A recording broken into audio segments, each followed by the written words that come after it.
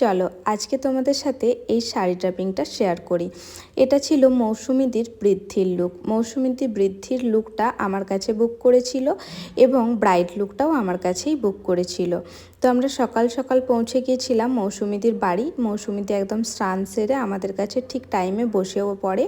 আমরা খুব সুন্দর করে শাড়িটা ড্র্যাপিং করে নিচ্ছিলাম। প্রথম থেকে আমি স্টেপ বাই স্টেপ দেখাতে পারিনি, কেন কি আমরা রিয়েল ব্রাইডের ক্ষেত্রে সম্পূর্ণটা দেখাতে পারি না, সব ক্লায়েন্টের কিন্তু পারমিশন পাই না। তো যেটুকু পাই সেটুকুই তোমাদের সাথে আমরা শেয়ার করি।